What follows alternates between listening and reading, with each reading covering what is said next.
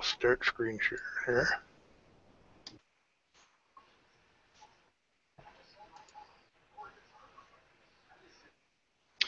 Hello everyone, and welcome to the YouTube Model Builders Tuesday Night Tech Show. This show is sponsored by the YouTube Model Builders, the place to go for free model railroading resources. The YouTube Model Builders have a great eMag that is published every other month by JD and his team. The eMag is focused on model railroading and is ad-free and free to you. On Tuesday nights, they have the Tech Show with Barry and Mike, the Geno Show with Troy and Pendemas. The shows are usually every other Tuesday night. Johnny Reb hosts the Thursday Night Hangout, which is every Thursday night and is a general topic show. Also, once a month, on the third Saturday of every month, they have the live show hosted by Barry and Big Bill Graham, covering various model railroading topics, and they usually have a special guest. And do not forget, mark your calendars for April 26th. The Geno Show will have guest Miles Hale, who will be on location at Steve Priest's layout with his new addition. You want to see that. You don't want to miss out on that. This is the Barry Mike's Tech Show, but they couldn't be here tonight, so I'm going to do a general model railroading hangout in its place. My name is Jim. I'm known in the community as Jim in Michigan. Tonight's topic is not going to be focused on anything, but we will just do a general model railroading discussion. So whatever you want to chat about, by all means, post your thoughts and questions in the Q&A, and I will do my best to get to them. I'm going to start tonight's discussion with modeling on the cheap. So if anybody's got any good ideas about modeling on the cheap, for some reason it don't look like Q&A is working. No, Jim, I went on and it was. It was working? Yep, my end it was. Go in there and do a test because it's telling me it's not working. Let me go back. If you would, please. You guys have to give me a little break here. I'm first time doing this and not sure if it's my end or what. Not launching for me either. Inside the Hangout it says the feature is disabled. No idea on how to.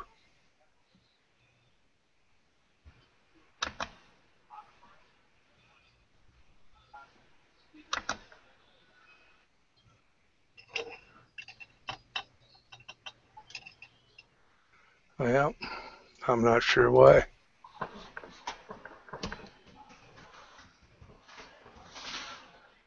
All right, I think I can go out and come back in, can I? Maybe that might help. Well, I guess we'll find out. Oh no, it's showing a video. It's not showing a.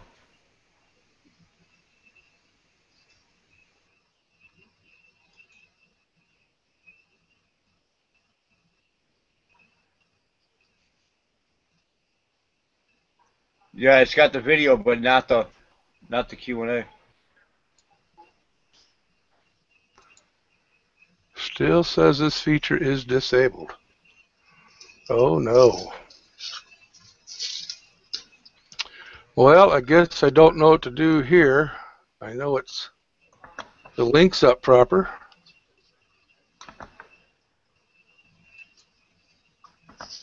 Can you turn that on or off in the control room?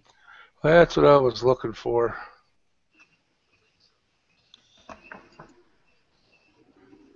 No, that's just showing me basically the people that are sitting around in here and the cameraman. It's just broadcast settings. It doesn't show anything about the Q&A. Ah, well. We've run it without a Q&A before. Well, folks, sorry about that. Don't know why.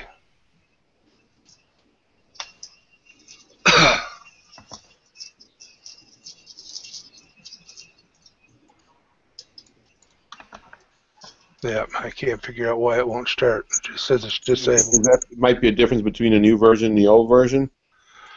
Well, I'm not sure.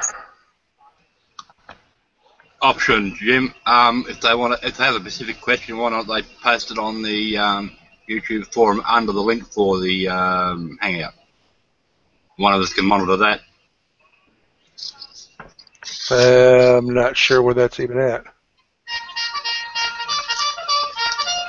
If I can get you guys, mute your mics if you're not talking. And as always, no smoking and no alcoholic beverages, please. Just turn off your cameras if you want to partake in something like that. And clothing is required. Okay, well, I'm going to try real quick. No, that's not working either. All right, I guess we'll just get on with it. Let's start with model railroading on the cheap. I have a couple ideas here I want to bring up, and I can screen share. We use a lot of white glue in this hobby, or at least I do. And a little 8-ounce bottle like this run you $3, a little over $3. Walmart's, and I know Menards sells gallon jugs of it. Menards, this is $12.99. So basically, for the price of 4 of the small bottles, you can get a gallon jug, which would equal to probably about 16 of those small bottles, saving you quite a bit. And you can buy the big jug of Mod Podge too, if you, like me, and prefer to use Mod Podge. You can buy it in a pretty big jug, and that's a pretty substantial savings too. Right. There it is, Menards for $12.99.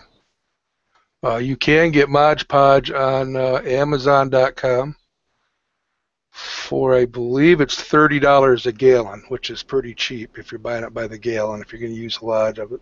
But, well, I mean, I'm paying $13 or $14 for 32 ounces, so. Yeah, so $15, $30. See, that's about half price then. Another thing that I wanted to mention was MEK, using that as a glue. Now, I use Ambroid's Pro Weld, which is no longer available. It's a kind of guess it's like what's the other brands, Andy? Real quick off the top of your head, that's like a Pro Weld or MEK. 10X is the 10X, yes, 10X. I like 10X pretty good, and I still use 10X because it has that cool little brush in the bottle. And but I still prefer MEK, and I will probably, when my 10X runs out, I will probably just refill the bottle with MEK. Yeah, the Pro Weld that I bought, 1 fluid ounce, cost me about $6. So going with this, the MEK. Now this is a quart, because I surely didn't want a whole gallon of it. You can get a gallon for about $20. Yeah, I bought a gallon of it. I won't run out of MEK anytime soon. Right, I found this at Home Depot, 32 ounces for $10. And I've heard a lot of good reviews of people using this instead of using 10X or Ambroid Pro Weld type products. I've never used it myself, but it's what I use. Just be careful with it. Don't wash your hands in it or anything. It is a carcinogen, and it can cause cancer. And so just don't wash your hands in it. Yeah, there you go. Another little product that I wanted to bring up was these micro brushes. You go to the hobby store and buy these, you get 6 to 10 in a pack for $5. Here you can buy them directly from China on good old Fleabay. $3.15, and that shipped. It took about 12 days for it to get here. I bought the MA101s, which is a 2mm brush head on it. They work great for applying glue. They work good for fine detail painting. So another option for a cheap way to model. I bought those same things at your recommendation, and it was and another thing I won't run out of anytime soon. Any other suggestions or helpful tips for modeling on the cheap here from the people on the panel, since we don't have a Q&A? I don't think the way I model is pretty doggone economical. I mean, I use dirt and leaves, everything I guess built out of styrofoam, but a lot of dirt and leaves. So the vast majority of the paper is extremely economical. So natural products. I make my own ballast also out of a $4 bag of leveling sand is enough ballast for a pretty doggone large layout. You do have to screen it yourself, but that takes just a couple minutes to get a big old, get a half gallon of the stuff. So set up outside for a half hour and screen you some ballast. I like it better. I did it because I liked it better than what was commercially available, but it is extremely cheap and economical. And I use that leveling sand, which has a little bit darker gray color than I wanted. So I use unsanded grout, white unsanded grout, and just mix it in there with it, and the particles will bind to the granite, to the decomposed granite, which is, little rock pellets, rock dust. And we'll make a ballast that looks like, I got some here, and it is, again, it's dirt cheap. Yeah, while he's looking, here's the dirt cheap part is you go to your local Dollar Tree. Yep. Buy this big grease screen for $1, and then you also get a 3-pack of these strainers for $1. So for $2 it works perfect to get about, you run it through the big one, then you run it through the smaller one, then you run it through this one, and you'll basically end up with S-scale, HO, and N-scale ballast, and then a bunch of fines that you can use for dirt roads. Yep, I used it for my gravel roads as well, and then just sanded it with a sanding block, styrofoam sanding block, for where I wanted the heavily traveled sections to be, and then I used some chalk on a brush to, just cheap artist chalk to color it, and I couldn't be happier with the results, and I'm out, a 5-spot to do all that. My favorite screen, by the way, is the one that's designed as a grease trap to lay over top of a frying pan. It's got a real fine, fine texture to it, and I use that, and I strain out the really fine stuff and end up with a ballast that has a granular texture to it. I'm pretty happy with the results. Yeah. Have you tried to measure that to see what grain size that was and do it in an HO scale? Yeah, these are my larger size. I use these for feel. They are 3 inches or so in so I use them for for a feel, for whatever. And then my actual ballast granules, it's pretty hard to measure, but my estimation is that they're around 3/4 to around an inch, inch and a half, yeah. They're about half the size, particle size of that. What I actually use for ballast, that is, which is, this is my actual ballast pan, so, and it's finer material. And it's easier throwing it out in a pan to mix the grout in. And I've had to learn some of these things about the material composition. Grout is a coloring agent, a dry coloring pigment, and Portland cement. That's all grout is. Portland cement, sand. If you have regular grout, I use unsanded grout. So it's Portland cement and a coloring agent. So you can just about add water to it and it will get hard. It's cement. But I add a dry latex adhesive to it, which is a floor compound for laying tile, and dry latex adhesive. And all I do is spray it hit it with 70 or 90% alcohol, and it hardens up as hard as a brick. And then I use dirt. I mean, I'm getting ready to climb up the ladder and start working on the layout. I use a lot of natural dirt, and I use that same sifting method to get my dirt into a couple different consistencies of dirt. And then I use regular leaves, oak tree, whatever, leaves out of the yard, and I run them through a small food processor and then a coffee grinder. Coffee grinder is my favorite trick. I run that ballast through a coffee grinder, and I'll just hit it a couple times just to break up some of the particles, and that'll get me a lot more small particle material out of that decomposed granite that they call leveling sand. And also you get a lot of larger particles that you can use for riprap and for the base of rock cuts and cliff lines on your layout. You get a lot of working material. I've got one of those old-fashioned coffee grinders where you can adjust the mantle in it. Yeah, different sizes. Yeah. They're good for doing your different anything from ballast through to talus type material. We can either large chunky stuff or very, very fine stuff. brilliance of that. Yeah, I wish I could adjust mine. The only difference, mine's electric because I'm lazy. The only thing is I can just tap the button once or twice and it will just barely hit it a couple times and just barely break them up. But now, like when I'm doing my leaves, I grind them pretty thoroughly with that coffee grinder, and then I run them through a plastic sieve that I have, and I just stuff them down in there and rub my hand back and forth. And what falls through is small enough to adhere to glue down as the forest base for the layout. Yeah, I don't think the modern coffee grinders you can actually adjust, but you can get one of the old-fashioned wooden ones, the old box where you put the stuff in and you crank the handle. Yep. And drop through the tray. They're the ideal because those ones you can actually adjust the mantle. So you can either get coarse stuff or you can get really fine stuff.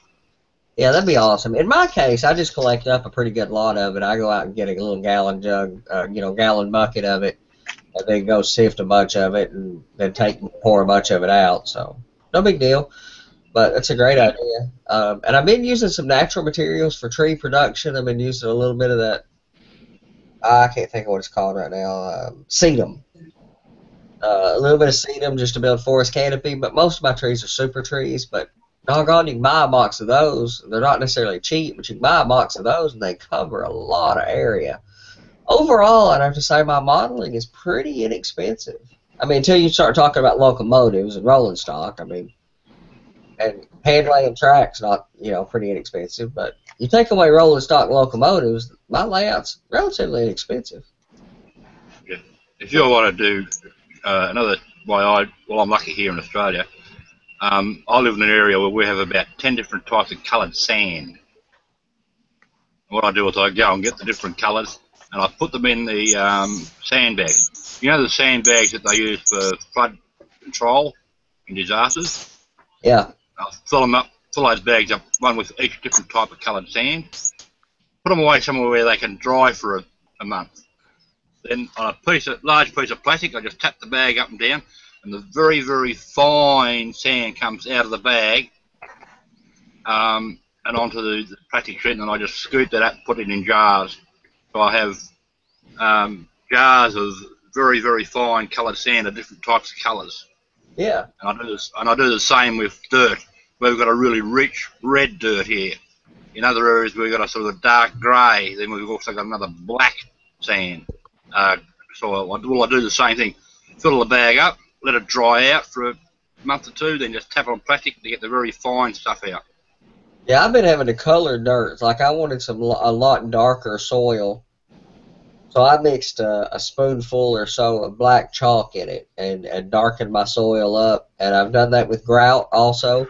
And I use a lot of grout in modeling, not just in the ballast, but I use a lot of grout for landforms. I wanted a really dark earth, dark dirt coming out from under some trees that I'm working with. And I used, that's either where I used the chalk or where I used some black grout. So both of those methods work. I've also put dirt down and colored it with India ink. Once it's down, just paint India ink on it.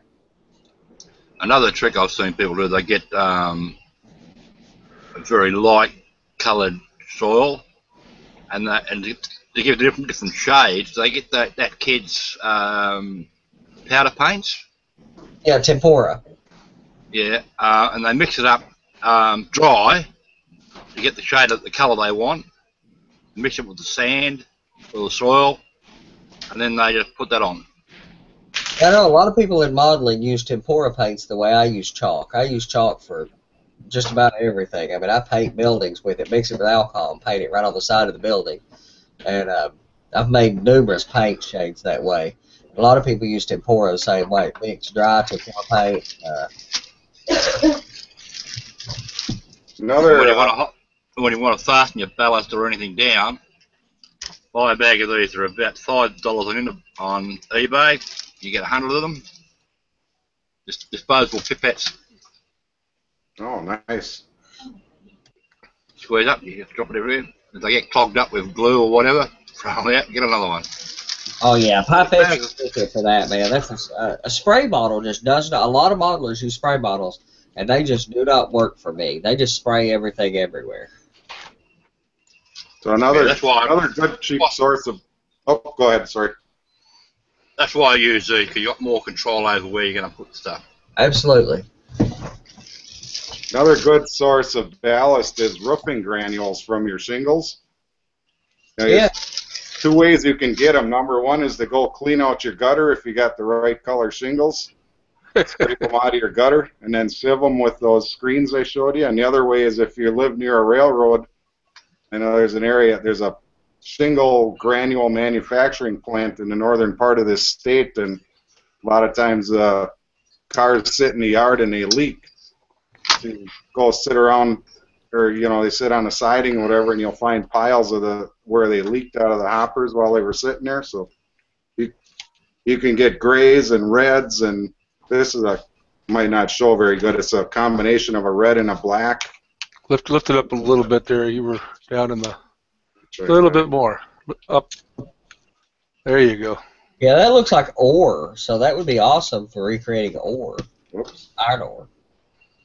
Yeah, I don't know what you call it in the States, but we here in Australia we get what's called crusher dust. They use it for road beds, on main roads and that, with a primer, and they can pack it and wet it, in fact, and it turns rock solid. Well, you can get that stuff, and it comes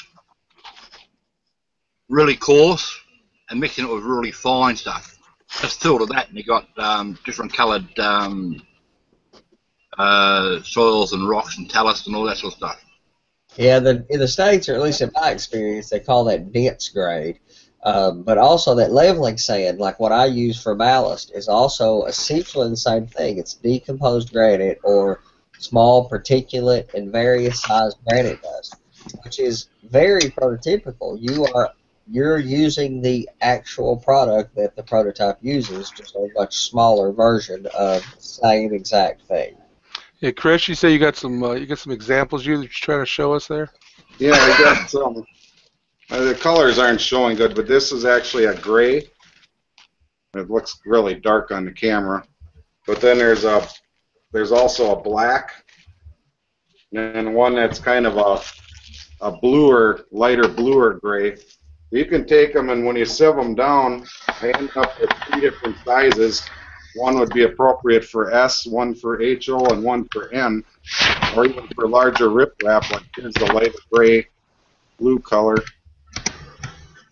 Here's the darker gray, and then I don't know what I just had a bag of black here somewhere, but it's just another. Depending on what color shingles you have, like I say, you can go up and check your gutters. You'd be surprised how much of that stuff is sitting up there. And that stuff in the gutters is pretty heavy, some very heavy material. So, another cheap source of ballast if you're looking for some.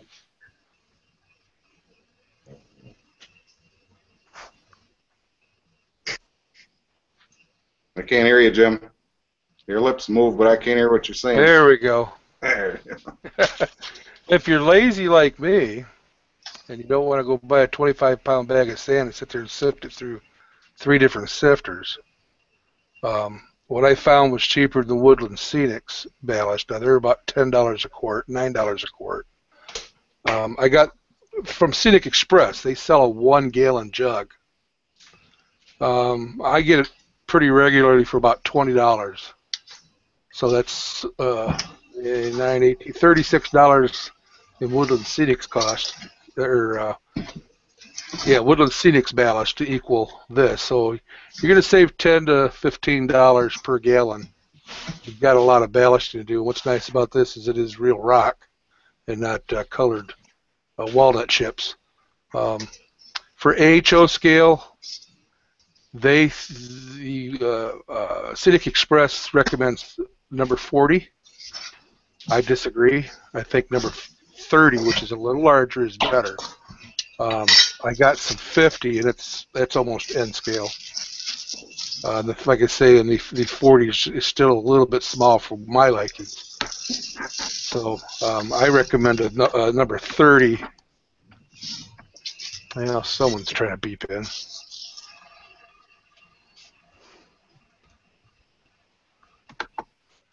Yeah, let me, that was Troy. Let me invite Troy.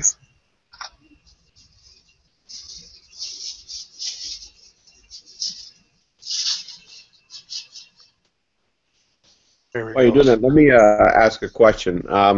Has anybody put together some sort of a comparison of, hey, I do it this way, and this is my true cost for doing it on the cheap with natural materials or materials from the big box, home improvement stores versus stuff to buy from the hobby store?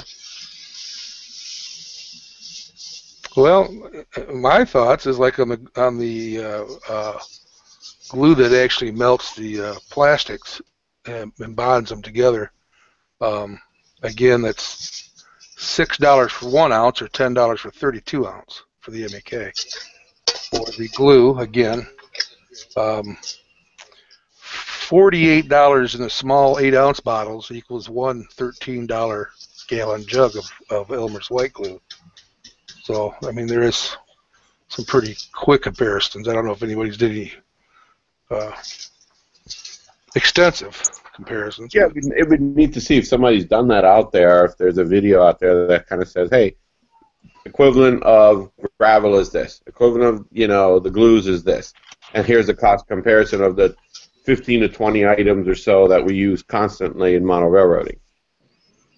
Yeah, there is one guy did a whole series of videos on that. He had a board and he'd use different types of glue with the same sort of say wood extrusion stuff on it and compare the glues. Then he'd use the same glue, but he'd use different manufacturers' types of stuff. He did a whole series on them. I can't remember his name, but it's around. I remember seeing something on glues, a whole series on glues, different types of glues, but it may not be the same as what you're talking about. Yeah, he did a whole thing on the best way to secure it, whether you just put, say, Elmer's glue down on the board and put your scenery on top of it and leave it, or whether you put white glue on top of it. He did a whole series of tests. I actually prefer using, at least for ballasting, I prefer using matte medium with the white glue. Seems to end up a little softer, and it's actually removable later on.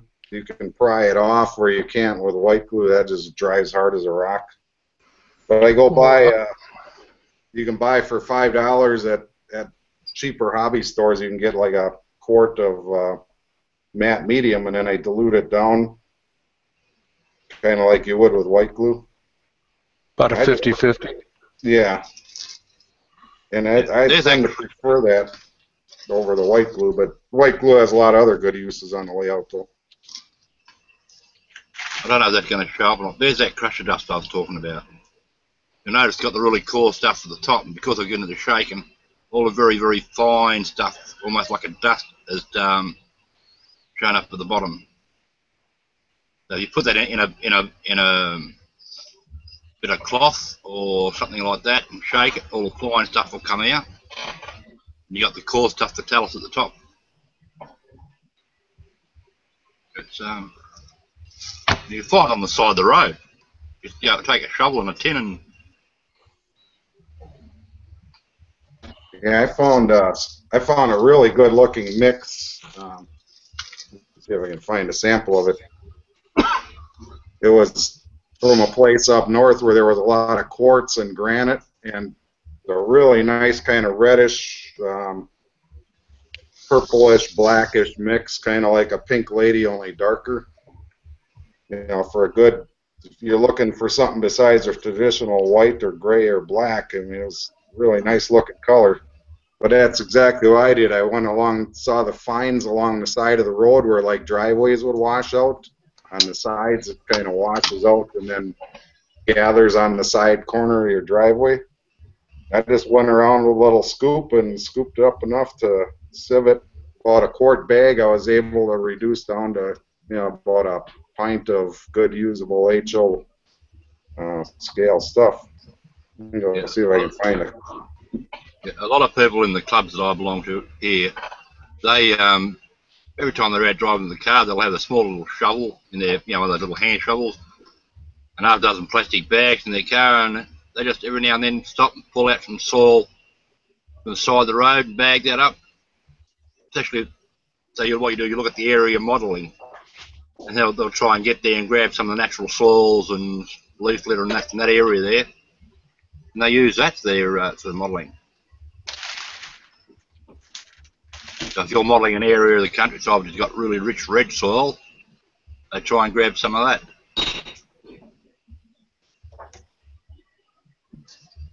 Let's see here. We can get that. I don't know how good that's coming through, but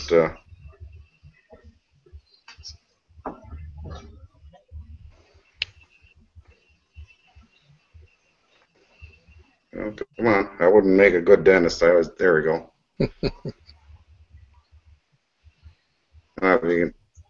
Not the greatest color on the at least on my screen, but it's actually a really nice blend. I'm going to set this down. That'll probably help. There we go. Now it's just scraped up alongside the road, like he was saying. It's got, you know, all different colors, so it kind of gets rid of that uniform look.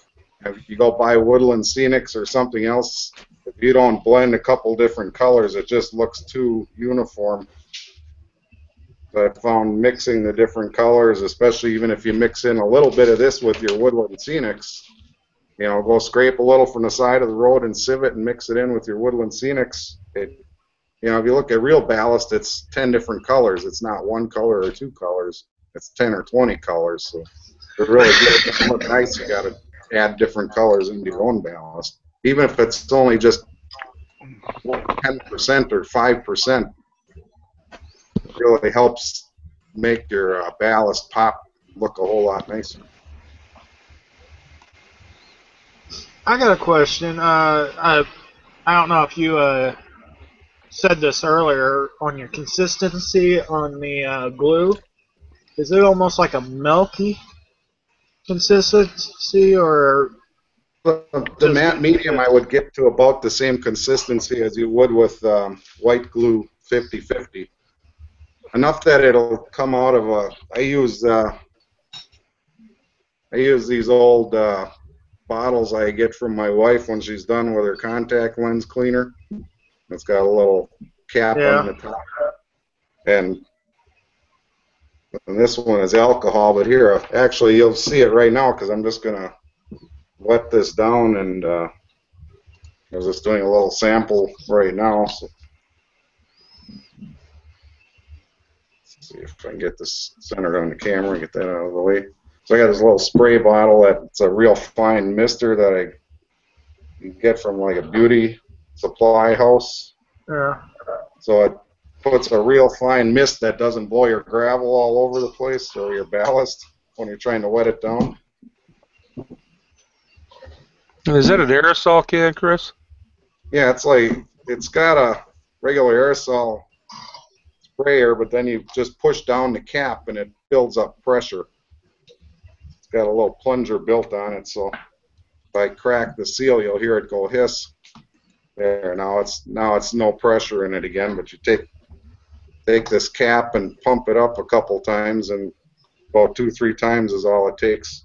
Kind of like a pump sprayer for your yard in a miniature version. And then you you empty the bottle and put water in it to clean up the nozzle so you don't get a clogged nozzle. Well, that's only my wet water, so that's only alcohol and little couple drops. Water, alcohol, and dish detergent, that's my secret mix. But now this thing, I just drip. Get the camera right on it here. Oh, come on. Why am I so bad with the camera tonight? I should set the mirror mode. Hang on 1 second. That'll make it easier. I can't find it. Never mind. Okay, there we are. Now I just drip it in there, soak it down good. That's all that's to it. But this is, you can see how it comes out. It's like you said, it's pretty milky, a little thicker than milk. And as long as you wet it down good, that's going to soak right in. And when it dries, you won't see it. Just like, so probably even more transparent than white glue. And it's softer. I've actually peeled up track and ballast right off a cork and reused the cork.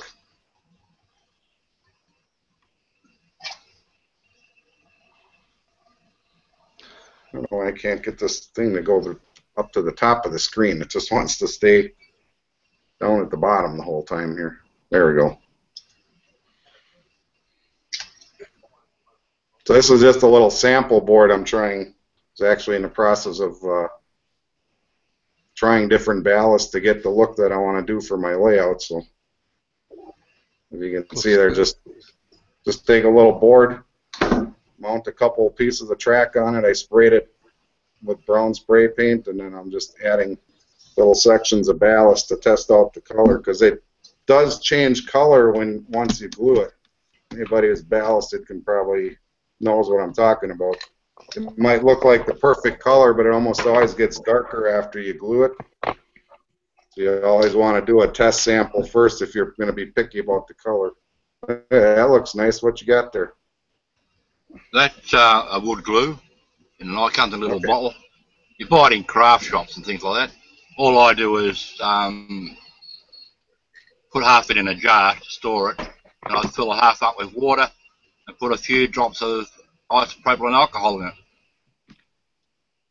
Yeah, it's got a thick nozzle, but it's got a very tiny hole. And you just go along and. You know, the other thing I've noticed is that $2. The Woodland Scenics ballast is really light. You know, it's not real material. They say it's ground up walnut shells or something. And if you get too coarse of a sprayer, it tends to move your ballast all over when you spray it, just to wet it down before you put your glue on. So you got to find a really fine mister, and that's where I got this one I was just showing you. But if you use I found now I've been experimenting with real gravel or ballast that's based off of real rock. You don't have that problem nearly as much. You use any old cheap sprayer, and it's pretty good. But you know, if you use those pump type sprayers, like for spraying your hair, every time you pump it, yeah, like those, you're blowing your ballast, especially Woodland Scenics, you blow your ballast all over the place as you spend 10 minutes getting it. This one I use all the time. This is a good one. It's got an adjustable nozzle on it, so I can set it to a very fine mist. And depending how hard you squeeze the trigger, right, if you really squeeze the trigger pretty hard, of course you're going to blow it away. But if you just gently squeeze the trigger, I don't know if you can see it. Two tricks also: get way back from what you're spraying. A lot further than you think you should have to. Way back from it. 6 feet, 5 feet. Absolutely. And then that's what I do. Because this one, you pump it up first, and then it just sprays continuously by itself, a really fine mist. You know, you don't have to keep squeezing a trigger and pumping it like that. You just pump it a couple times, and when you push the trigger, it's just constant. Yeah, where'd you say you got that one from? I got that from a local hobby shop. Some guy found it from his cosmetologist's daughter. So the hobby shop stocked about a dozen of them for a while, and then they haven't been there, so I don't know if they can't find them anymore or what, but it's called Air Spray. Yeah, Trevor Marshall from Trademasters TV, he uses one of those also. And he uses one that pumps up just like that he got from a culinary art store, like where you'd go buy really nice frying pans. That is an olive oil aspirator or mister. So I plan on next time I'm in Bowling Green going to that culinary art store and getting one of those, and it pumps up just like that. But like I said, if you go into the real gravel or rock-based ballast, that doesn't seem to be as big an issue. You can use the regular cheap sprayers and that you squeeze and constantly, and it isn't such a big deal. I did see one. You know the that pump-up weed sprays you can get. Where you put your weed killer in or whatever, or fertilizer or whatever you want to put them. You pump the pressure up, and it's got a hose with a nozzle gun on it. I seen one of the guys in our club use that on a really big layout. He made up his wood glue in that and his white glue with his alcohol in it. Pumped it up, got it so it was fine misting. Any areas of his layout that he didn't want to spray, he just covered with newspaper and sprayed it at fairly high up so that it sort of just settled down onto his layout enough to dampen everything. Then pull the newspaper out the way and let it dry. It's perfect. Yeah, I use a lot of wax paper when I'm spraying stuff. I use a lot of spray adhesive 3M Super 77 on the layout for applying grass. And I just use wax paper and I cut little gashes in it of the sizes I want. I hold the wax paper, I hit it with the 3M, pull the wax paper away, put my grass down. So I got a bunch of little templates made up. Is that the fine ballast right there that you're using on that diorama right there, Chris? This is all from except the one I just put down. The other three are from Arizona Rock and Ballast or Rock and Mineral Company. It's commercially available, but it's real rock. Comes out of Arizona. Yeah, I like Arizona Rock and Mineral. Yeah, but I'm as far as the texture though, that must. Yeah, it's a little finer than I'd like it to be. Yeah, they call it HO, but I think it would be more like HO secondary or or yard or so. It's just a little too fine for a mainline, modern mainline, I think. I like a slightly larger. I think Woodland Scenics is too large, and I really don't like the texture. It's got too many sharp edges. It's not kind of rolled off like it's been run through a crusher, like ballast looks like. But I like ever so slightly larger than what it should be, so that it looks granular once you get it glued down. It still looks particulate. Yeah, because well, some depends. If you're modeling an older area, you want them to be more rounded, but new rock is actually pretty sharp. But I agree with you. I don't particularly care for the Woodland Scenics. I used nothing but that on my old layout, but I don't know if I'd ever use it again, to be honest with you. Something about the shape of the particles, I guess, to me, it just doesn't look right. Arizona Rock and Mineral, I like their products. Yeah, these are actually, this one right here is what I think I'm going to probably use for most of my layout, with just a little bit of gray mixed in. But now just this sample I just did is the only one. It's one I got from a local vendor. He sells stuff, but it's this actually came off of a beach in up in the UP somewhere, up on Lake Superior, I think. It's a real black sand, but it's got some red and orange mixed in. I prefer the natural products. I just like the look of it better. And if you buy it from Arizona Rock and Mineral, or if you screen it out of Levelland sand, whatever, I think a natural product looks better. I like natural dirt better than anything Woodland Scenic sells for dirt. Dirt just looks like dirt a lot more to me than whatever it is they're using for dirt. The only thing is you do have to be really careful about one thing when you're using anything other than Woodland Scenics, and that's make sure it's glued down really good and then hit it with a vacuum real good before you run any locomotives on, because there's a lot of magnetic particles in anything but Woodland Scenics. Absolutely. Yeah, I have a really way overpowered magnet that I run over it before I glue it down. So this is what I do the same thing, Andy. I run a magnet over mine. And I'm surprised how much material comes out glued, adhered to the bottom of that magnet. There's a bit. Just don't run the magnet before you glue it down, because actually this sample that I'm showing you right now, that's about 50 to 70% magnetic, and it pulls most of the good stuff right out of it. You end up with a crappy looking mix. So glue it down first, then hit it with a magnet, then vacuum it good. Because I thought about running it through the magnet first, but I found out I was pulling a lot of my good pieces right out of there that I wanted to stay in there. So.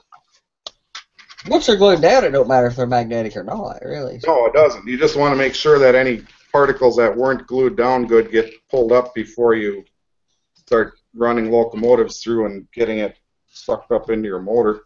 Absolutely. But yeah, you can't beat the look of the real stuff, I'll tell you that. There's just no comparison. There's no doubt. I don't care I'm not going to go cheap. I'm going to spend the money on this Arizona stuff, and that's what I'm going to use, because it's just hard to tell on this camera, but when you take a photograph of it, this video camera isn't doing justice at all, but you take a photograph of it, it's just awesome compared to cheap ballast. Yeah, I couldn't be happier with the ballast that I've made that I'm using. And I agree, the camera, especially the webcams like we all use, just absolutely do not do it any justice.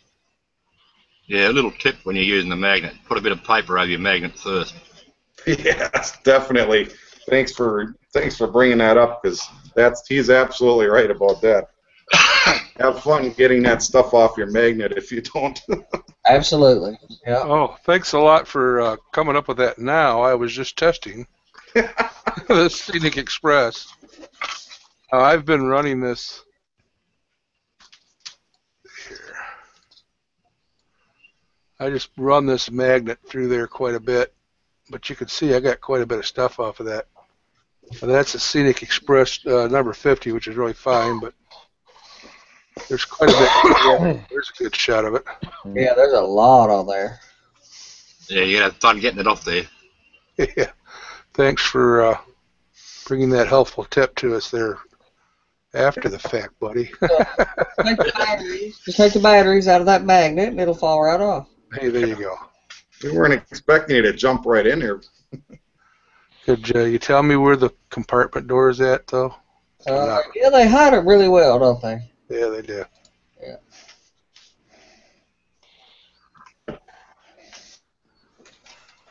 I'm surprised that the Scenic Express ballast looks pretty good too. I haven't seen it in person like I have Arizona Rock and Mineral it, but it does look pretty good what I've seen of it. Yeah, I think everyone has their own personal taste as what they prefer to use.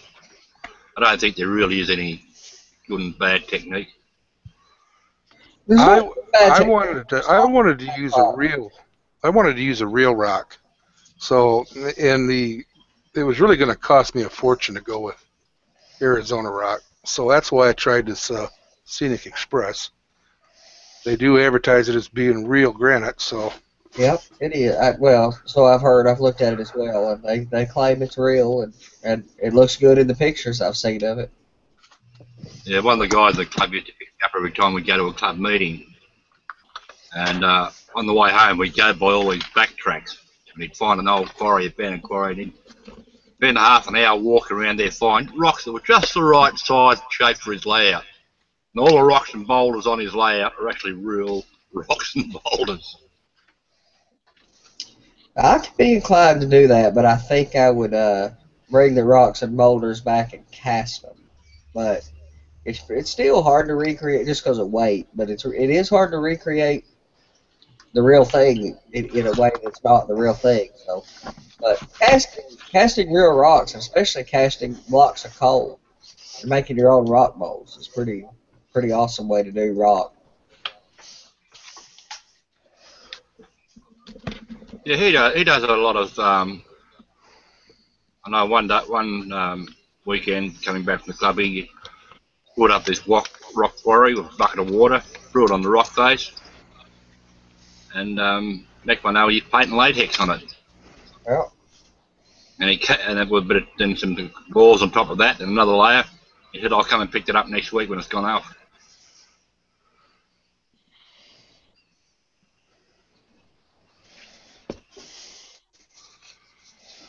I've made rock molds years and years ago, and that is the thing to do. I need some rather large rock molds. I need some that are 10 or 12 inches by 2 foot, a foot tall by maybe 2 foot long to make some cliff lines and tall on the mountains area. Eventually, when I get to that part of the layout, I'm going to cast my own. Yeah, I seen one guy. He wanted to do a cliff face, and he used alfoil, or what you call aluminum paper. Yeah. I tried that technique, and I didn't like it. I was forever spending hours picking bits of this alfoil out of the rock. Yeah, I don't like it either. I've seen that technique used a lot. Lionel Strang famously uses that technique a lot, and I just personally don't get the results I like out of it.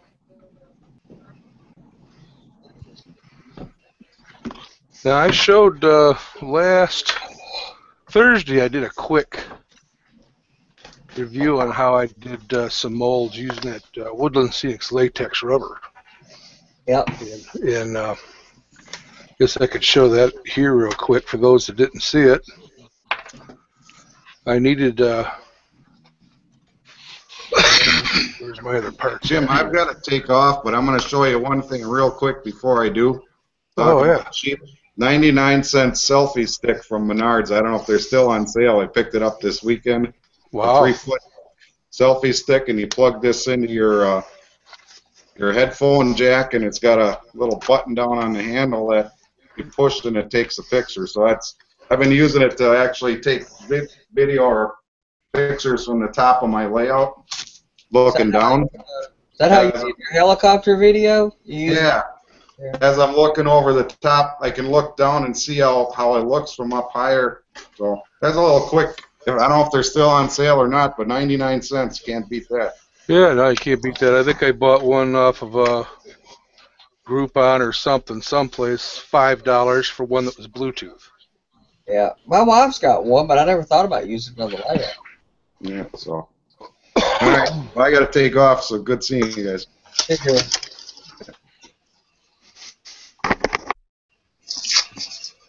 And Talking of that. I'm going to show you. What was that, Andrew?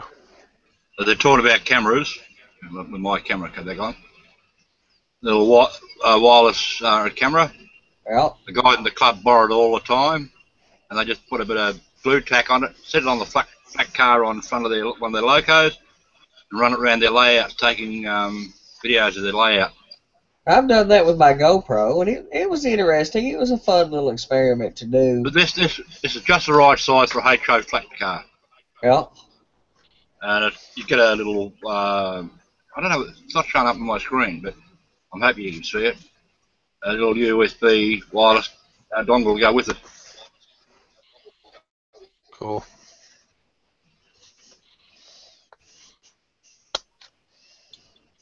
All right, I'm going to do a quick presentation on how to do your own molds, the master molds. I needed some bridge abutments.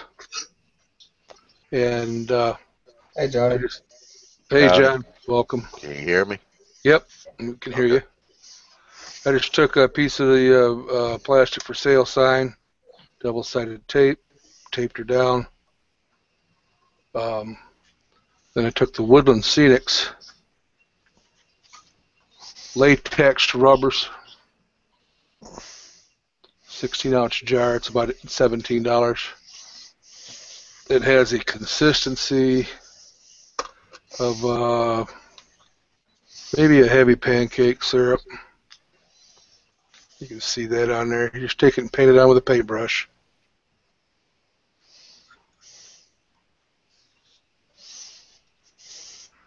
Takes 5 or 6 coats.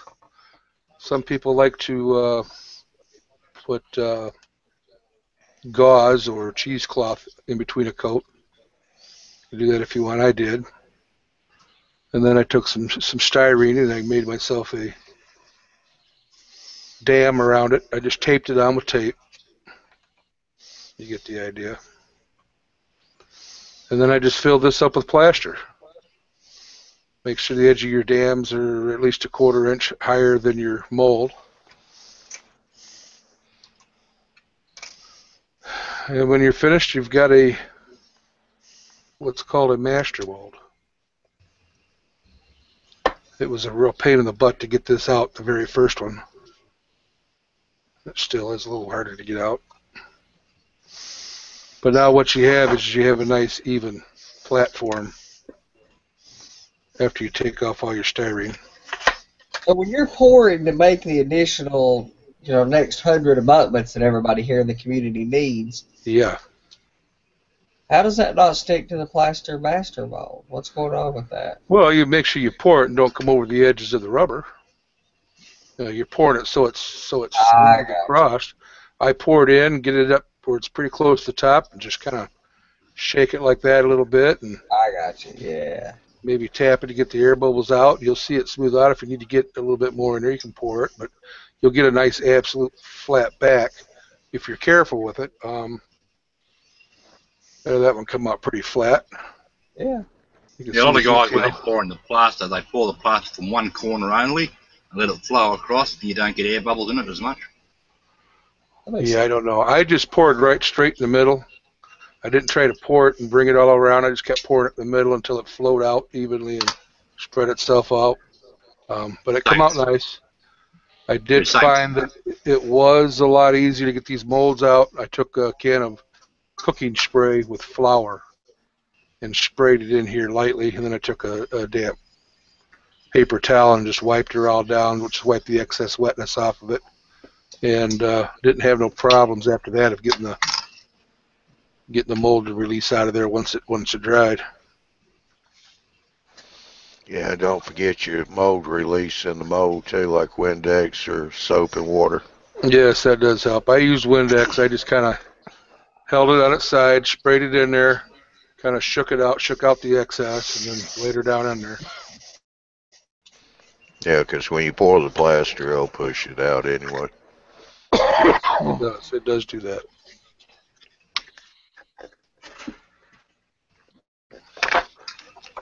And welcome to the Hangout, Johnny.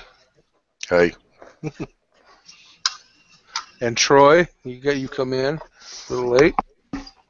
Hey guys.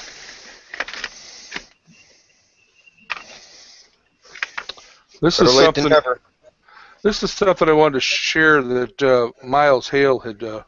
I had seen it on the internet before, but Miles Hale reminded me I needed some plastic putty and didn't have any. He was going to buy some. Miles says, "Why buy it? You've got everything you need to make it. Just take your sprue, an old sprue, and I chop it up into much smaller pieces because it works faster. And then you put in about. Now you've got to have the 10x7 or the Pro Weld or the MEK. You got to have the liquid solvent to do this with. And then you just pour the solvent in you want about a 50-50 mixture.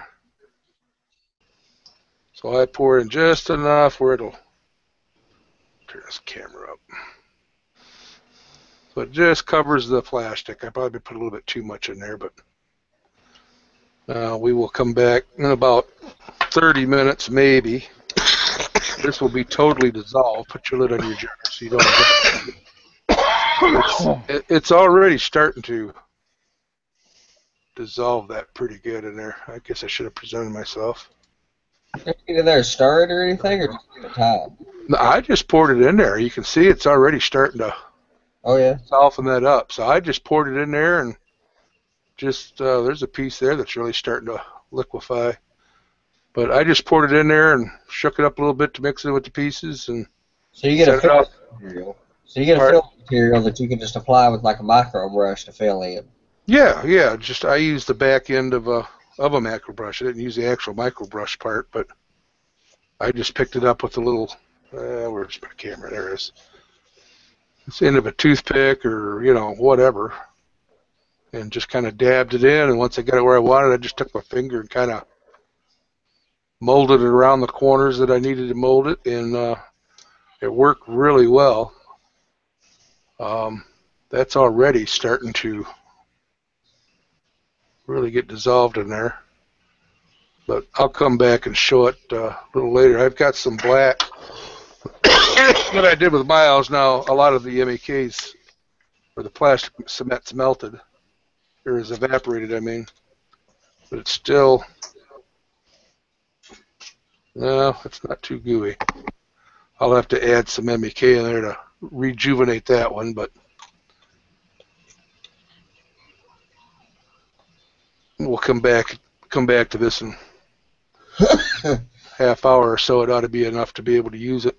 Dude, you can pass that in one of those rubber molds, probably. Have a styrene part. Well, there you go. And you know what? Now that'd be something I might want to try. That bubbles styrene foam, you dissolve that in acetone until you get a paste.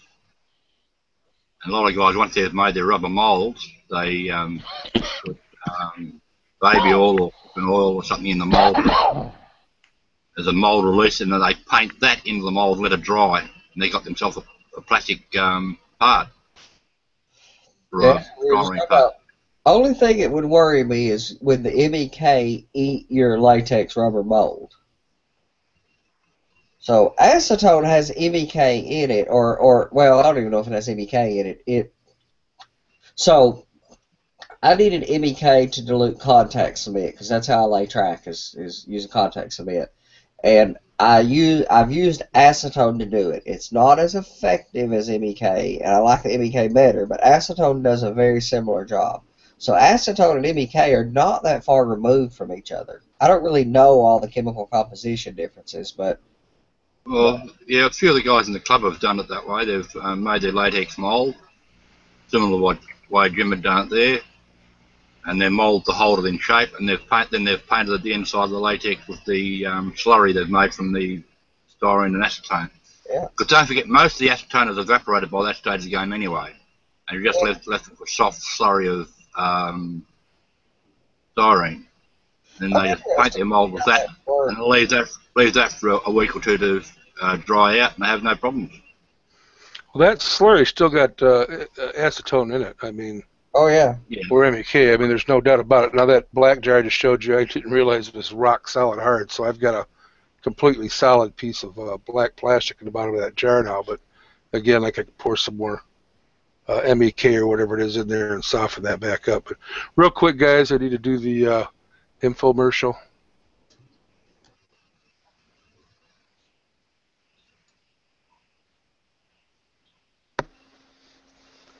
Again, want to thank everybody coming to the YouTube Model Builders Tuesday night hangout.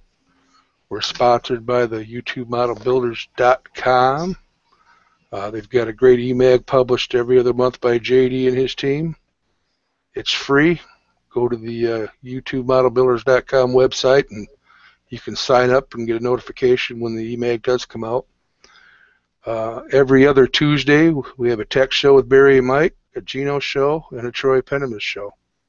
These shows, like I say again, are every other Tuesday night. On Thursday nights, every Thursday, Johnny Reb hosts a general topic hangout. Lots of good topics and chat going on those. You need to stop in and see those. And again, in once a month, on the third Saturday of every month, they have the live show hosted by Barry and Big Bill Graham, covering various model railroading topics. And they usually have a special guest to go with that. Okay. This Saturday. This Saturday, yes.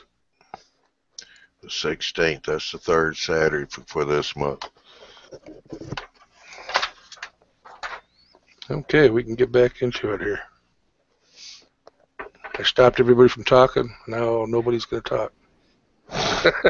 So does the MEK eat the latex is the question. Well, you know what? I've got the stuff here. I guess not tonight, but I will give that a test and find out what happens. Yeah, sometime when you're playing with it, see. I'm curious of we'll talk about that later, but sometime I'd like to see. Yeah, that would be interesting to be able to cast some small parts in plastic instead of doing everything in plaster Paris. Well, that would let us. I mean, that'd make molding things like, like Miles does, molding barrels and detail parts, trivial. Right, right.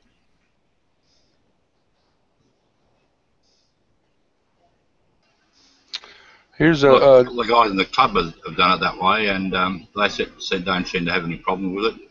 But I know they use baby oil or some sort of oil to put a film on their mould before they put the melted styrene into it.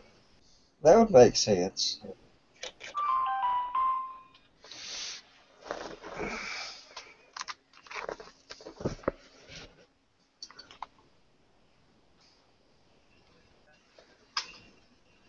Who just dropped out?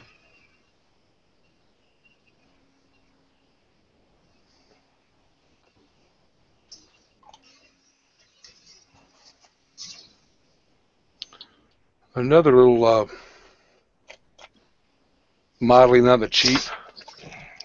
Super glue. I like to use the gel super glue when I got a part that's so small. Because I use this liquid stuff that's like MEK, it dries real fast. As soon as you put it down, it's already evaporating. So I like Harbor Freight's gel super glue. You can get a 10-pack for about $3 on sale. I think it's $4 normal price. And these tubes, I like it because you're not opening up a big tube, and then if it gets a crack and it dries or whatever, but you lose a lot of product. So I like the little tubes. They last really quite a long time. This has been open for several months, and I'm not going to put it on my finger, I guess, because I would glue it together, but I used it today, so I know it's still good. It's several months old. I like the idea of those little bottles. I always buy these larger bottles, but if you mess up and leave the top off and go to bed, you've lost a big old bottle. And if Exactly. yeah. And that's what makes these nice. I mean, you're getting 1/10 of an ounce. So you're getting 1 ounce, basically, because there's 10 tubes, or 30 grams. But yeah, for $3 or $4. Harbor Freight has got to be the two words that we should have dropped right at the beginning of the show for modeling on the cheap. That is a must-have resource for modeling on the cheap. Yes. Another little tip when you're doing your wiring, I buy these little eyelet things that screw in, right? And I just screw them up underneath my layout and feed my wires through it, and it holds them all up nice and neat out the way. Oh, there you go. You can buy them in packs of 100. This is Australian price, but I paid $5 for this. There's 100 in the packet. What is that?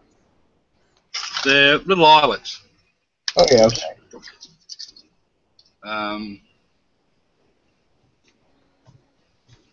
don't know if you can see that or not. And they got a little thread on the end, and they actually screw in timber like that. I use this for plaque, but I also use them in my layout. And you can feed your wire, so there's your layout like that, actually. Right, and you can feed your wire through it and hang it, so it's all hanging up underneath your layout, nice and tidy out of the way, not hanging down. And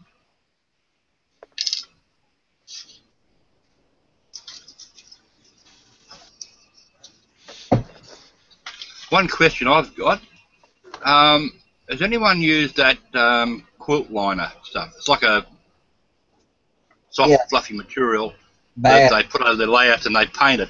Anyone used that with any success? I have. Probably not the same way a lot of people do. I used it to fill in some of the area back in the back between trees. I got the idea from the guy that runs Model Railroad Hobbyist. Whatever. I've used that matting, and I painted it black or with that dark gray camo paint, stuffed it back in the back there. I've also used it in the same way as you use Woodland Scenics polyfill. So I've been making some stuff with that, like I make my kudzu vines out of Woodland Scenics polyfill, and I have used that same material you're talking about and just spray painted it.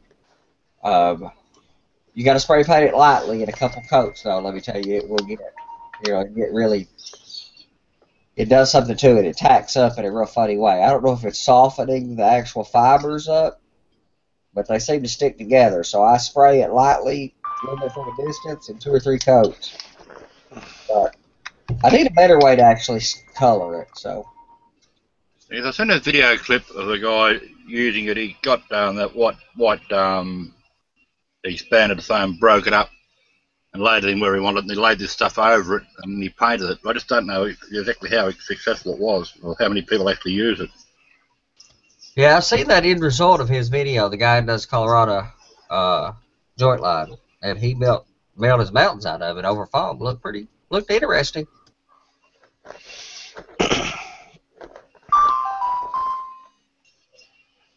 Boy, Johnny's just getting the text messages tonight, ain't he?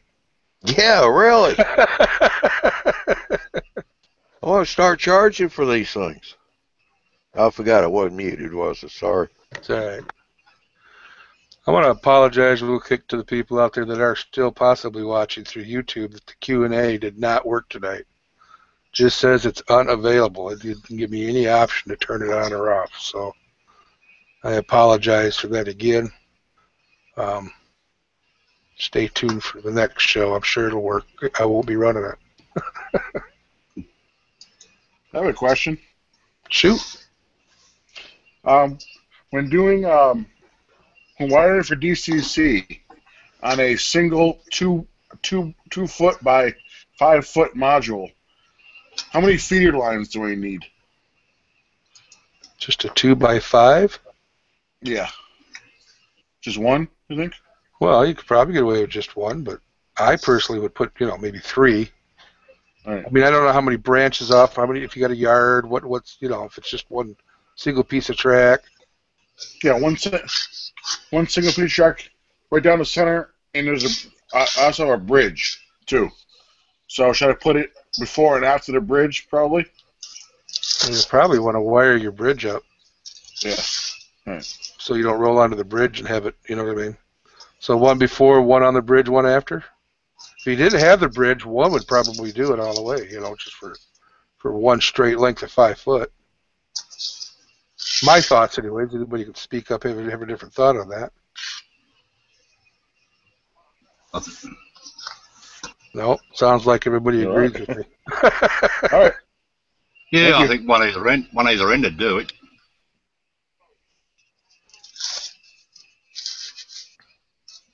Thank you. You're more than welcome. Oh, we When I lost had a yard, I put a set of feeders at either end of each line in a yard. So just to make sure I had good contact. That's not me muting you, Tony. I don't know. That's a Google Hangout quirk that's been happening lately. Just keep. After I muted you earlier tonight, it'll just keep constantly muting you for some reason. I don't know what's going on there. Just so you don't think I'm picking on you.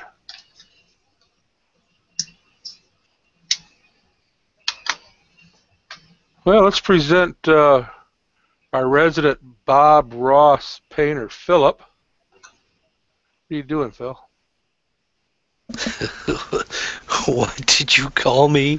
Our resident Bob Ross painter. Painter, I see.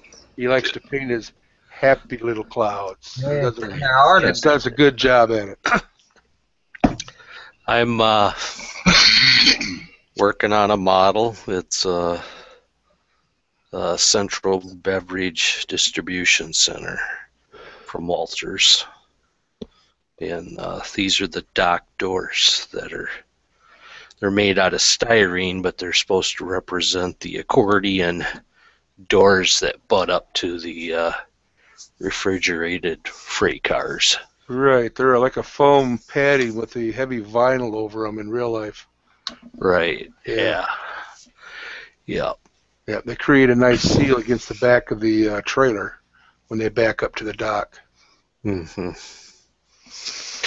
Yeah, so these are just some small parts. That's what I've been working on this evening. Well, show us that office. You got your office done, don't you? For the brewery, for the distribution center. Yeah, just a minute. Let me move some stuff out of the way here. Not to stop you in the middle of what you're doing, but I liked your paint scheme, so I thought I'd get you to show it off. Okay.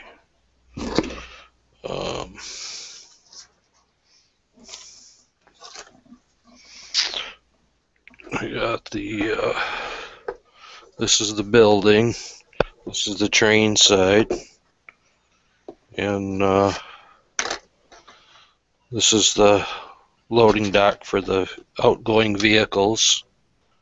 And then on that had the docks that you said you didn't like, and are you gonna make other docks for it on the railroad load side, or what? No, that was a DPM kit. This one's here, the Walters kit. And then this is the office complex that'll glue in towards the center. Can you see the front of that, Joe? Half of it.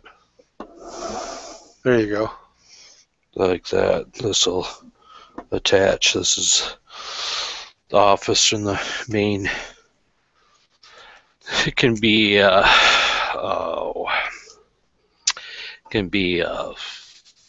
any kind of beverage type distribution, any kind of refrigerated, actually. It could be frozen foods. There's air conditioners that sit up here, that I need to detail, and it's got some rain gutters on the sides here that come down, and there's a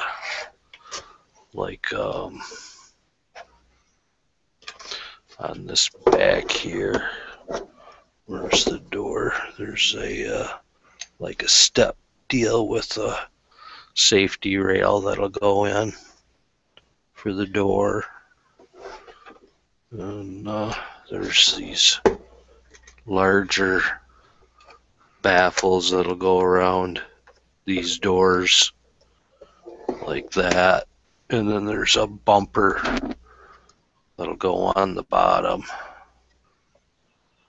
for the truck. It's actually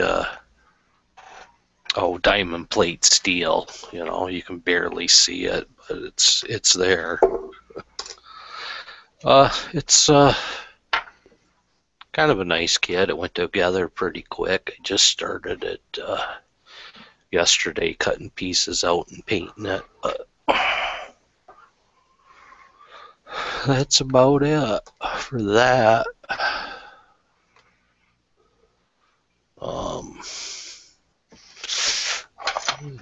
It barely fits into the area that I wanted it to go into. So it's off slightly from the measurements that I had gotten, or the design that I had drew up of the building, the placement of it, you know. Sweet. Yeah.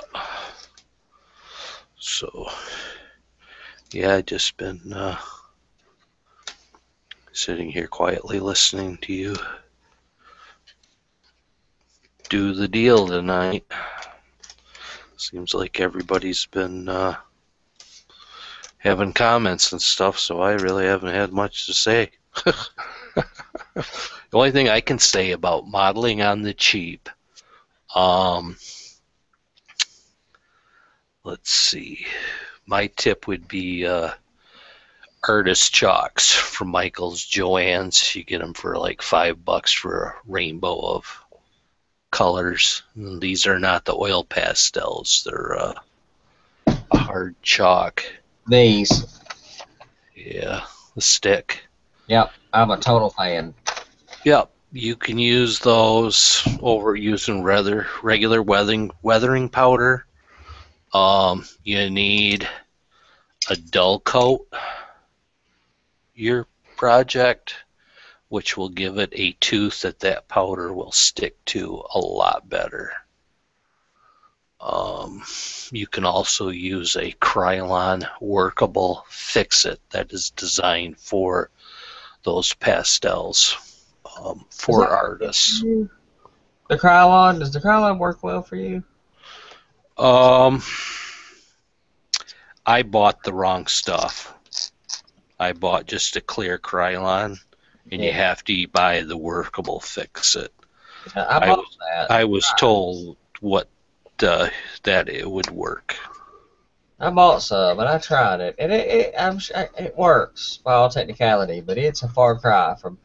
Honestly, I don't have a lot of great things to say about testers in most ways. I don't care much about their dull coat or much about anything else, or much about their paint or anything else they do. And I'm kind of bad at testers for buying polyscale and shutting them down, etc. But testers dull coat, I have not found a substitute for it, really. What I personally have a complaint about testers is this can design. It says right on there, spray lacquer, and then in another foreign language it says something else, which probably says lacquer clear or something.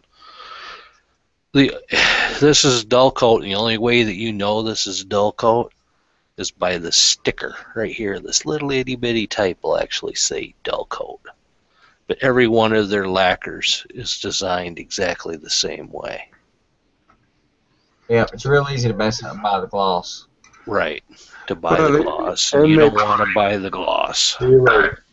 They probably did that to save on printing labels or something. I'm sure it was easier for them to slap a sticker on for the matte finish. Oh yeah. Like I said, I'm not. Hey, Big Bill. I don't have a lot of great things to say about testers in most ways, but their dull coat is hard to replace. Who do we? Hey, Jim. Yes, sir.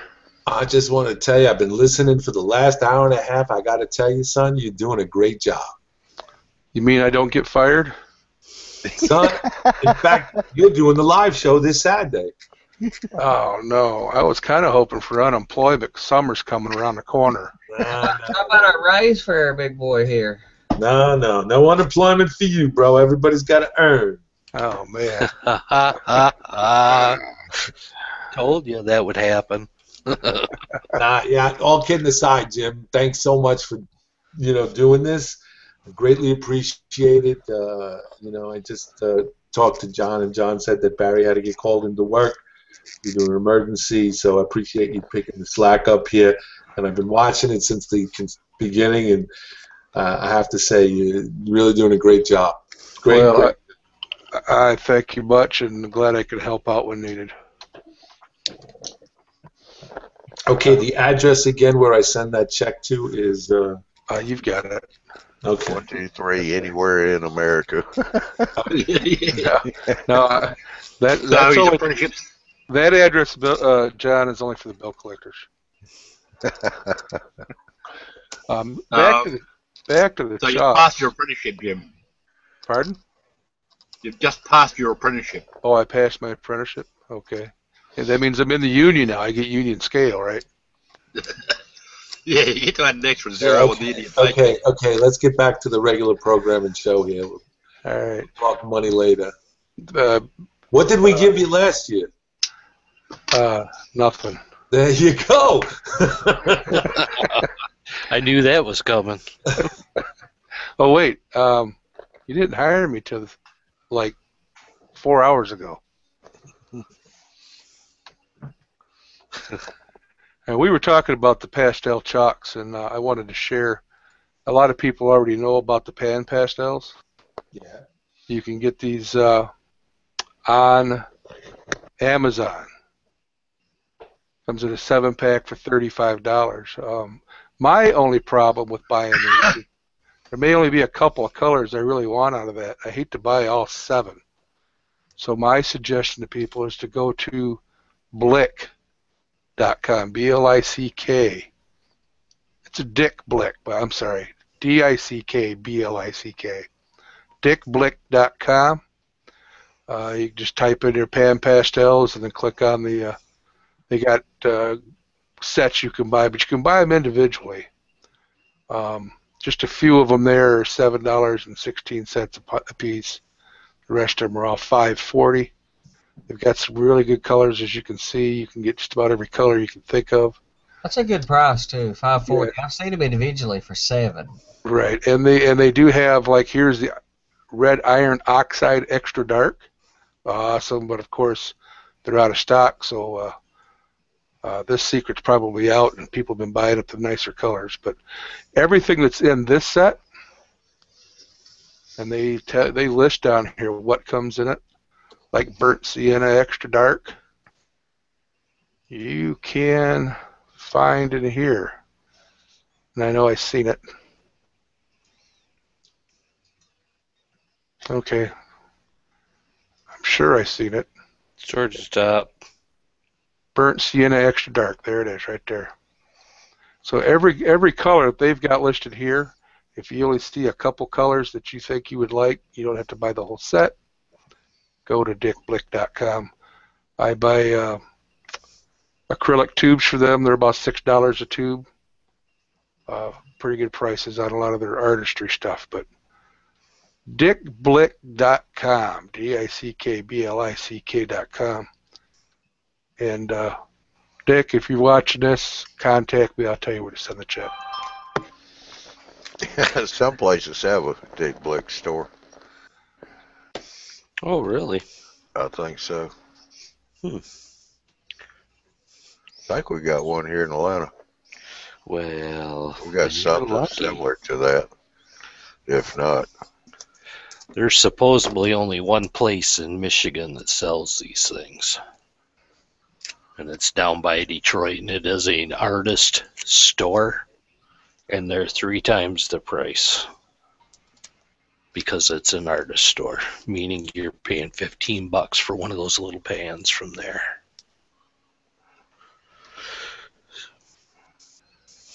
Troy's trying to get back in, trying to help him out.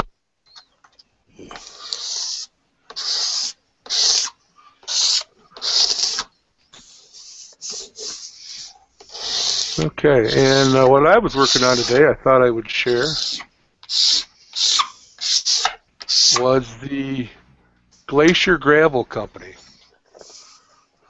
This little section here was 4 walls with a center divider, and then you put together this lower section here, which was 3 walls and a base.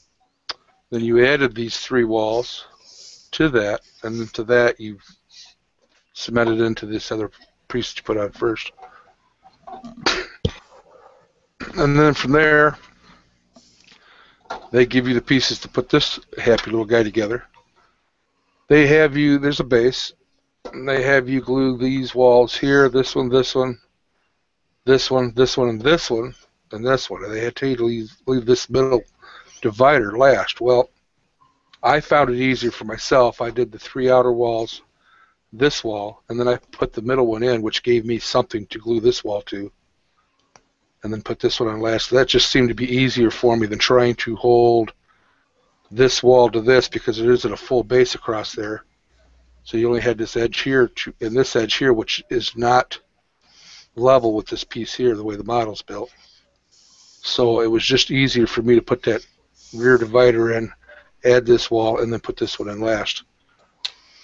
This goes up there like that, and makes a happy looking little gravel facility. They also have the rock crusher dumper, whatever you want to call it. Pretty nice little kit. I've enjoyed building it so far. I'm almost done. It isn't hard, doesn't take long. And that sticks down on there somehow. I'm not putting it in there right or something, but I had it in there earlier. But all right, what am I missing? Of course, you're on camera now. It's not going to work. Why, sure.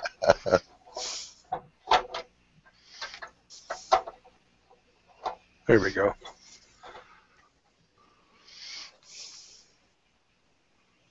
So it's a good looking little kit. I like the looks of it. It's pretty simple to build. I got to weather. I like the colors that it was molded in, so I didn't paint it. I left it the molded colors, so I'm going to have to weather it. But pretty simple build. A guy could do it a day, no problem. I don't have that much time on this, really. The longest time I spent, I think, was trying to figure out where to put this rail.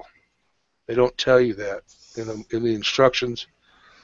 They tell you to build this piece and to slide it down in these little grooves here, one on each side, and to slide it down so that it's level and even with this railing, with this walkway, to form a backwards L. The problem is they don't tell you exactly where to put that, and it doesn't fit on top of here fairly well. And if I had this glued on first, I never would have got that railing, because I see this piece is actually underneath this piece. So you can best bet, if you build the glacier rock, not to put this piece on first. Get this piece on, level it with your edge, and then place that piece on. But that, it took me a little time because I kept trying to mess with it, trying to figure out where exactly to put it.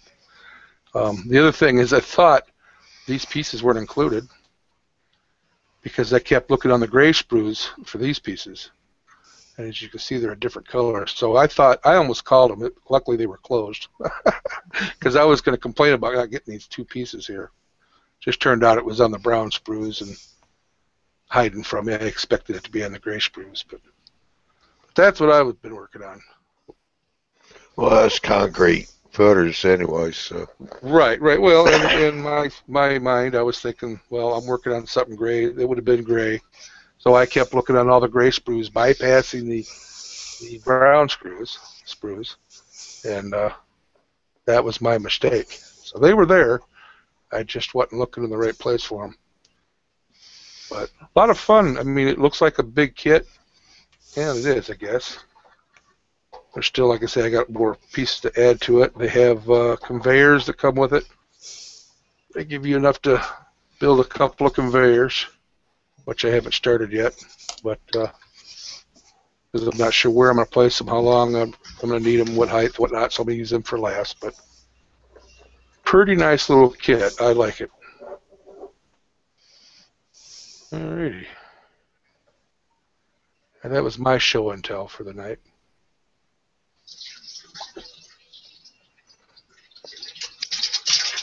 Any other modeling on the cheap? Show and tell? Anything else anybody would like to talk about? Chirp, chirp. Well, in my layout today, what I did was I put in fouling posts on my yard leads where the fouling points, yellow markers, so the train cannot be placed behind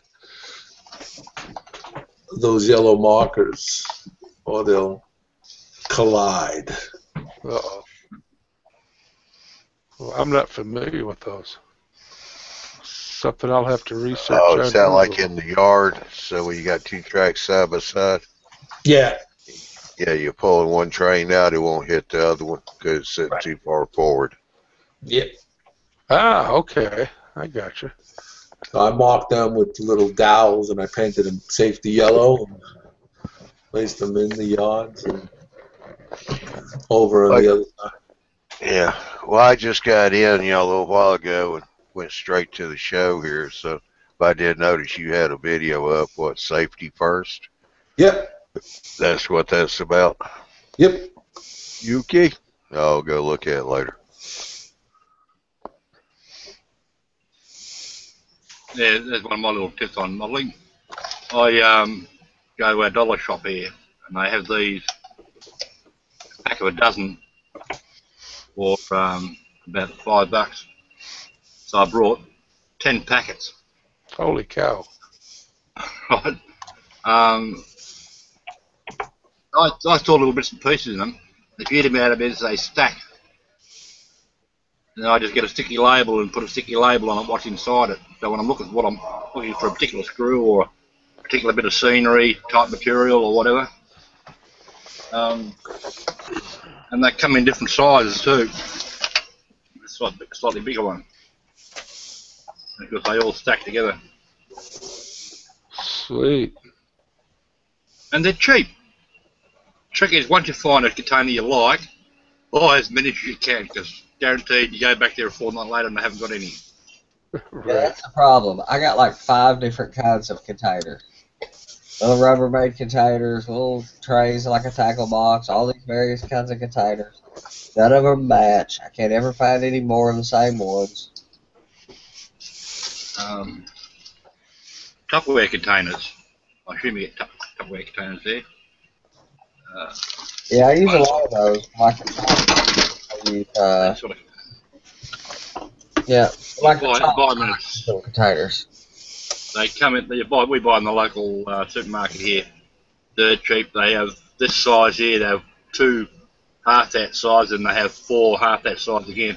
In a pack. Buy them. They're handy because they stack also.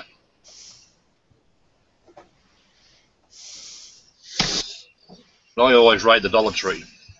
What we call a Dollar Tree here. I don't know what you call them over there. We have this. Phil has some of those that are like those black ones you got. If you want to present them real quick, look, oh, there they are. Just like what you got, only they're clear. I like the clear sides there. Yep, I got these at Dollar Tree. Yeah, got a lid, all kinds of nice little metal parts in this one. Other ones I keep like different size screws for mounting coupler boxes and wheel sets. Other ones I've got couplers in. Right now I've got like rails bumpers for the end of dead rails in one. Pretty come in handy. Sweet. One thing you shouldn't be a cheapskate on, a pair of good quality side cutters with a flat edge. Buy yourself a decent pair. Don't buy cheap ones because they don't last. You buy yourself a good quality pair, they'll last you a long time. And don't use them for music wire. Yeah, that'll definitely dull them. Definitely the dull them. Yep. Yeah, or T-pins, like I put in the bottom of my trees. I can't use my side cutters for them. I've already destroyed a pair, so I buy my side cutters from the jewelry department of the Hobby Lobby, where they make where the ladies who make bead jewelry get theirs. That's my favorite side cutters you can get, and I like them better than the Zurons that are $20, and they're $6, and I like them better. Little things like little pointy nose pliers. Buy a decent pair, right? Don't use the side cutter part of it because that's a waste of time. But little things like that, they're the sort of things you shouldn't go on the tree. But things like those containers and things like that, yeah, hunt around, buy the cheapest ones you can find, but buy a whole set of them so they stack nice and neat.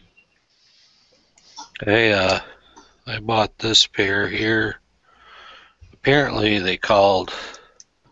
they were selling them as spur cutters, but they look just like the things that you would buy in the woman's section of any department store in the nail area for like trimming cuticles or nails, I guess. Yeah. And I've had these for over a year, and I've put at least 12 probably buildings. I mean, I've cut a lot of spurs. I've cut a lot of stuff with this. This has been a pretty good set. I'll go look for a set of those then. I was going to buy a set of sprue cutters. I did just order an interesting tool in that area. I ordered an etched metal scissors that look like side cutters but are designed for etched metal parts, where like all the track detail parts I use are etched metal. Right. I'm hoping they'll do a better job, but I just ordered them. I ain't got them yet. The only thing I don't like is this jaw, the angle the jaw's on. Yeah. If it was out farther, if there was a flat, that would probably be my best tip that I could give somebody, because a lot of kits, the space between where the sprue comes out and holds onto the detail part, there's not a lot of room to get these in here. Oh yeah, I have to use an X-Acto a lot of times to do it, and then when you put pressure on it with the X-Acto, you the plastic whitens, you know, from the pressure of misshaping the part. So it's not a problem if you paint it, but I hate it. Yep. Another little tip, files. The nail files, when we get for doing the nails, for polishing them, you get coarse ones, the real fine ones. They're handy for doing the spruces, where you just want to touch up, get rid of the spruce off the end of a bit of plastic. You better believe it. Yep. Yeah, emery boards. Nail files, emery boards, yep. Yeah. I love them. I use them for all kinds of stuff. After I solder a track, I take an emery board to it first, and then use a really, really fine, like 1600 grit sandpaper on top. A needle file set, too. Yeah, and I go cheap on those and just replace them often because I wear them out and they fill up. And I mean, I really wear on files with, you know, headland track. You got to file a lot of rail, and I wear files out. Yeah, Andy, that's what I'm doing. The metal file for doing the fast track thing. Yep. Yeah, I got. You need a good one, but to stop the metal from jamming up inside your file, get some normal blackboard chalk and run it back and forward.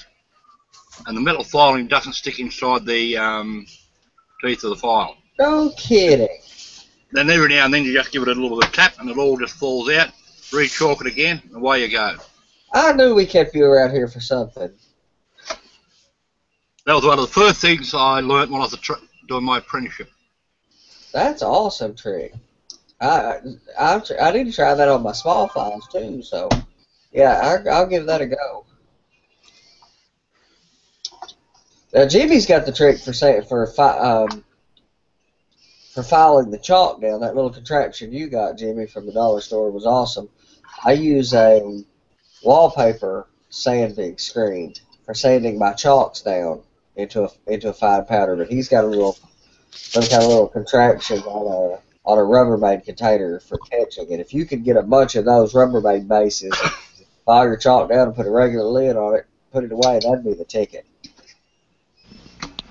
Yeah, I'd show that, but I don't have a clue where it's at the moment. Yeah, that's all right. That's the ticket, though. Oh, that is a knife. Cheese grater. Well, it's made by Betty Crocker, and it's a zester. Zester. There you go. Yeah. For zesting peels from lemons and limes and chalks. And great for chalk, yes. Yeah, it's perfect. Yeah. It's better than. I like the wallpaper screen, but I have to, zest my wallpaper or zest my chalk off, but sand the chalk off onto a sheet of wax paper and then fold it and dump it into my container. So that's a good little trick. Those little things make your life a lot easier. Your modeling life. Mm-hmm. And I love the chalks. I mean, pan pastels are awesome. They are. No argument. But for most things I do, I just soon use the chalk. And the chalk's so cheap that, like I said, I mix it with gravel to make ballast and roads. I mix it with dirt to chalk, and I buy the big old sticks of chalk for kids to draw the sidewalk with. They're not good for weathering because they won't put they got in them or something. For mixing with dirt, they work great. Big old chalk for that. And, mix it with dirt to darken the chalk. I couldn't find the big sticks in the brown colors. I could find them in all kinds of rainbow, fluorescent, frilly colors, but I couldn't find anything in earth tones or rust tones or. But I couldn't find the rust and stuff, which, like I said, they're not any good for weathering anyway. They got too much kaolin in them, too much of the actual chalk material. But for mixing with dirt, I got black and gray and brown, and of the box that I bought, it had 24 colors in it or something. I probably threw 16 or 18 of them away after keeping them for a while and never found any use for them. There's only 5 or 6 colors that are worth having, but they sure make a tremendous amount of material, and they're really good for mixing with dirt to discolor your scenery materials. But that's the only thing I found them to be any good at. Now, the little small chalk, like Philip was talking about, and I showed on camera, now that stuff is great for weathering, but it's smaller and a lot more expensive. So. Well, I'm going to try the pan pastels. I might try ordering me a few of those from dickblick.com, and because I only want a few colors. I mean, I don't need more than 4 or 5 colors. I hate to get they got the one set, the dark colors, $7, that's $35, and they got the light colors of $7, another $75 invested just to have 14 pan pastels, and you only get to use 4 or 5 of them. I just can't see. Yeah. You know what I mean? Yeah, all you need is a light rust, a dark rust, a gray color for simulating the ballast and soil that gets thrown up, and a couple really dark colors for black. So 4 colors, maybe 5, is all you really have to have. Right. Yeah, they talked about the pastels tonight. We got a pan pastel clinic coming up. And they say bring your box cars and go ahead and spray them with a clear matte medium. So that way chalk's got more tooth to stick. Oh, okay. Yeah, you don't have to do that as much with pan pastels. Now, with the chalks, you absolutely have to dull coat. And I put a pretty healthy coat of dull coat on. Yeah, they're actually doing pan pastels in their clinics. So they were telling people to go ahead and spray the cars that they're going to bring with them to weather. And I've used pan pastels, and I've got a couple of them. I've just got 2 colors, but I bought them individually for like $7 a piece. And I do really like them, but they're great for.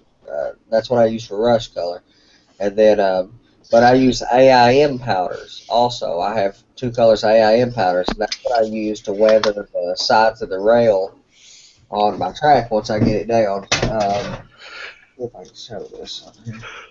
I don't know if the camera's going to pick this up, but we'll try. On the side, maybe not. The rust color on the side of the rail is done with, oh, you're getting a horrible shot of my forehead. Is done, that brown rust color is done with AIM powders. And I paint the rail first too, but I come back and lay rust on it. And then the discoloration down the center is done with some India ink, but a lot of that black chalk, the cheap stuff. And it works. That's good for me. And if you buy that really cheap stuff like the chalk, not the AIM, you can use it for so many things like weathering your ballast and, whatever. I mean, I use the regular chalks like the up the side of a building or whatever. That ain't the best example, but up the side of the building, the chalk on the top and stuff. I kind of dust everything with chalk anymore. I don't put a freight car on the layout that I don't dust it with chalk first. I mean, I'll come back and do the tricky weathering like oil. I've been using some oil colors to simulate rust streaking and stuff. That's a blast. I really enjoy that process and working with oils really well. But I don't put a car on the layout that I don't just take a brush and dust it with a little chalk. Kill the shine.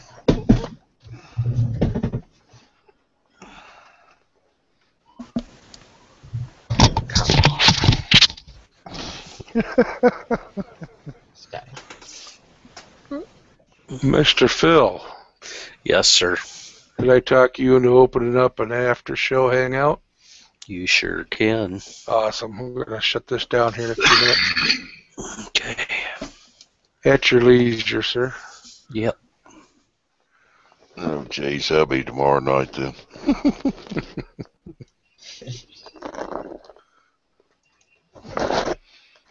Yeah, I thought my mic was muted a while ago when I had that coughing fit. Not a problem. I know how it goes. Yeah. Just helping you out.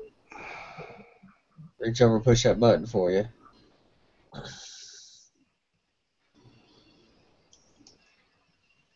Yeah, I don't have the fancy headset, so when you mute it, get the little red light out here on the side. Does yours not do that if you push the mic up? It doesn't mute? Nah. I'm threatening to buy one of those things. I just haven't done it yet. I'm going to. Well, I'm going to wind this down. It's just a few minutes early, but we've kind of run out of topics. Again, this was brought to us by the YouTubeModelBuilders.com.